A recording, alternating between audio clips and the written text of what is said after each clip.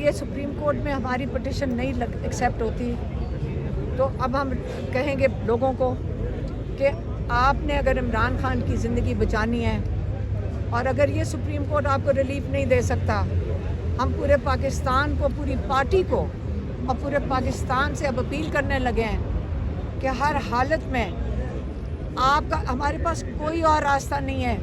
ہمارا بڑا قیمتی بھائی نہیں ہے، پاکستان کا ایک لیڈر ہے، پاکستان کا یہ وہ ہستی ہے جس نے پاکستان کو جوڑ کے رکھنا ہے۔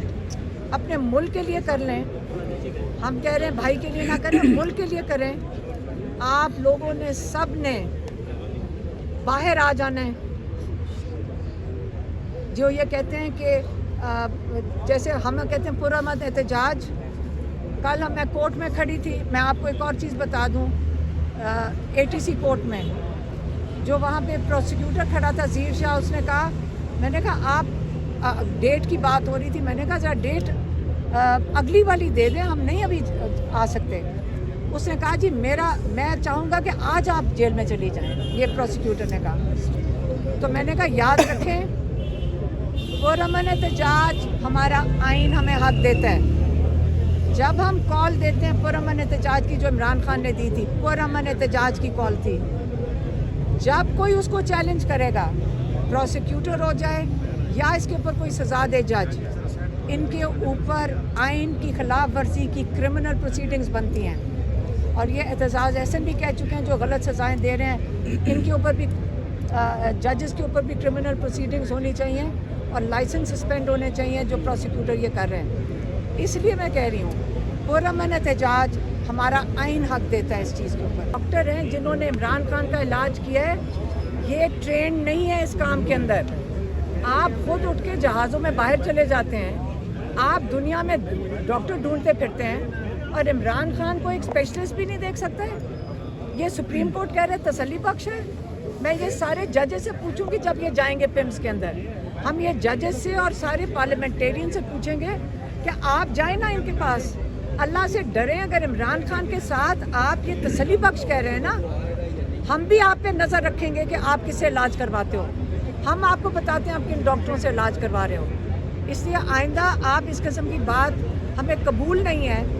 اس سے جو ہماری اندر گئی ہوئی ہے، جو پٹیشن ڈلی ہے کل، حالانکہ یہ والی پٹیشن ہفتہ پہلے ڈل جانی چاہیے تھی، 17 تک ڈل جانی چاہیے تھی، جو جا کے کل ڈلی ہے۔ اسی لیے ہم شور مچا رہے ہیں۔ ہم سارے لائرز کو کیوں کہہ رہے ہیں کہ آپ جا کر فرنٹ فٹ پہ جا کر ہمیں نظر آنے چاہیے کہ آپ کام کر رہے ہیں۔ لیکن اب ہم آپ سے جو ریکویسٹ کریں گے نا، اب ہم آپ کے میڈیا سے کریں گے۔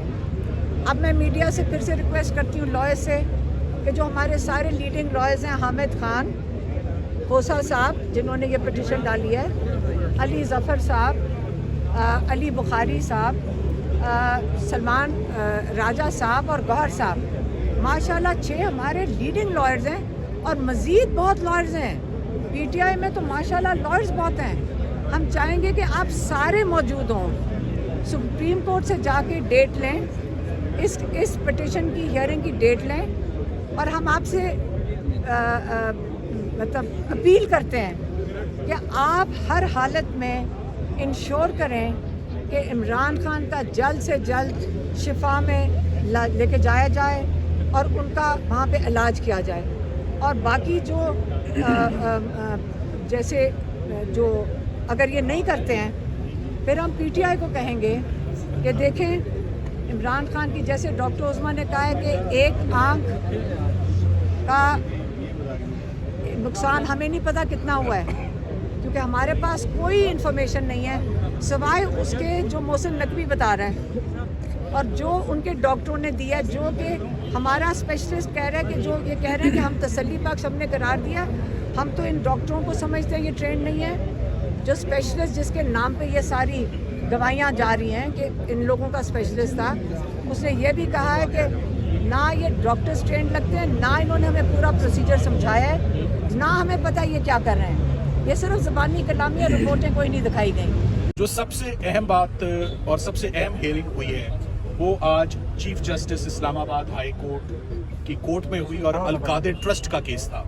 القادر ٹرسٹ میں अफसोस की बात ये है कि आज 5 महीने और 15 दिन के बाद ये हेयरिंग फिक्स हुई और इन 5 महीने 15 दिन में बेशुमार मरतबा हमने मुख्तलिफ एप्लीकेशंस फर्निश की, बेशुमार मरतबा चीफ साहब से रब्ता, उनके अमले से रब्ता, फिक्सिंग ब्रांच से रब्ता, मगर कभी भी इन 5.5 महीनों में पटिशन जो है वो उनकी फिक्स नहीं हुई। आज जब ये कार्रवाई शुरू हुई तो चीफ जस्टिस साहब को सबसे पहले मैंने ये बताना मुनासिब समझा कि इस वक्त जो अर्जेंसी है वो पिछली तमाम अर्जेंसी से बहुत ज़्यादा है। Now this is a case of extreme urgency, जिसकी दरियाफ्त पर उन्होंने कहा एक्सट्रीम अर्जेंसी का केस कैसे बनता है। तो नंबर 1 फैक्टर जो इमरान खान साहब की आई कॉम्प्लिकेशन है, मैंने कहा कि we have to save the second eye, और मेडिकल रिपोर्ट जो है वो सामने आ चुकी है और उनको रोज ट्रीटमेंट के लिए अडियाला से बाहर ले जाया जा रहा है। उनको जमानत, अगर जमानत के हकदार हैं तो उनको जमानत दें ताकि वो अपना ट्रीटमेंट खुद कराएं, कोई उनका ट्रीटमेंट ना कराए, वो अपना ट्रीटमेंट खुद जो बेहतर समझते हैं। एक शख्स को जमानत मिलती है, रिहाई मिलती है, बाहर आता है, अपनी पसंद का ट्रीटमेंट कराता है, ये उनका राइट है। दूसरी अर्जेंसी, एक खातून जो उनकी अहलिया बुशरा इमरान है, 1 साल से उनको सजा हुई है, 7 साल की सजा है, 5 मरतबा वो पिटिशंस दायर कर चुकी हैं कि मेरा केस सुन लिया जाए।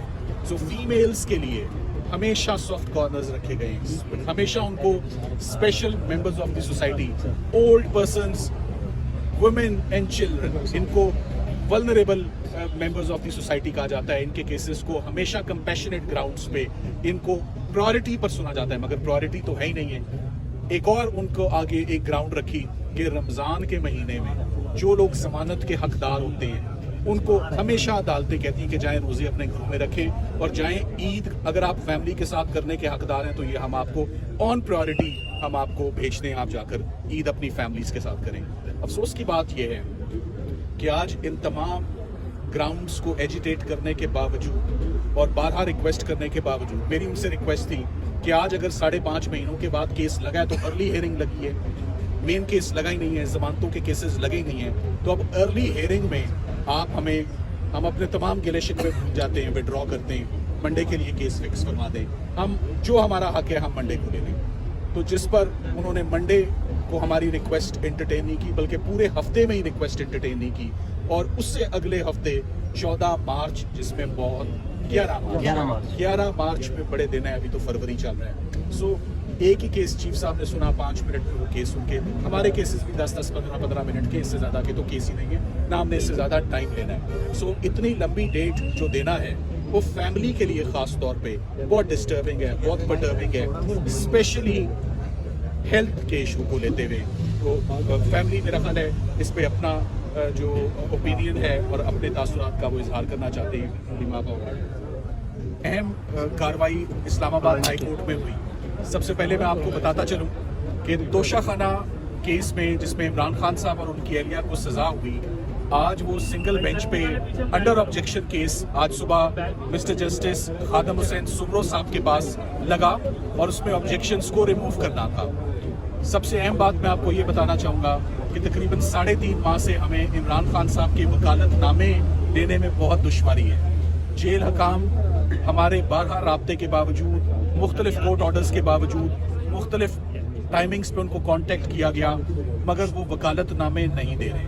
सो जेल सुपरिटेंडेंट साहब का ये जो इकदाम है of not furnishing us and not providing us the power of attorneys to fight the legal battle, ये बहुत अलार्मिंग बात है। जेल सुपरिटेंडेंट साहब के खिलाफ पहले भी काफ़ी गिले शिकवे ऑलरेडी आपके नोटिस में हैं। इमरान खान साहब की जो हेल्थ का इशू है उसमें प्राइमरी उन्होंने जो अपना मुलजिम ठहराया है वो जेल सुपरिटेंडेंट है। सो आईजी प्रिजन से मैं आईजी प्रिजन साहब से मैं खिताब करते हुए मैं उन्हें कहूँगा कि वो अडियाला जेल में मामलात को देखें कि सुपरिटेंडेंट जेल अपनी ड्यूटीज़ में इतने रिवेंजफुल या इतना निगलेक्ट और इतना केयरलेस एटीट्यूड वो कैसे रख सकते हैं कि वो हमें 3 महीनों में वकालतनामे भी ना दें। सो आज वो ऑब्जेक्शंस तो रिमूव हो गए। इमरान खान साहब की अपील जो है अब उसको रेगुलर नंबर लग जाएगा, क्योंकि हमारे पास पुराना वकालतनामा था, हमने उन्हीं पुराने वकालतनामों पे हमने अपनी अपील्स दायर की और टाइम के अंदर अपील्स दायर हुई। 9 दिन के अंदर अपील दायर हो गई, 30 दिन का टाइम होता है।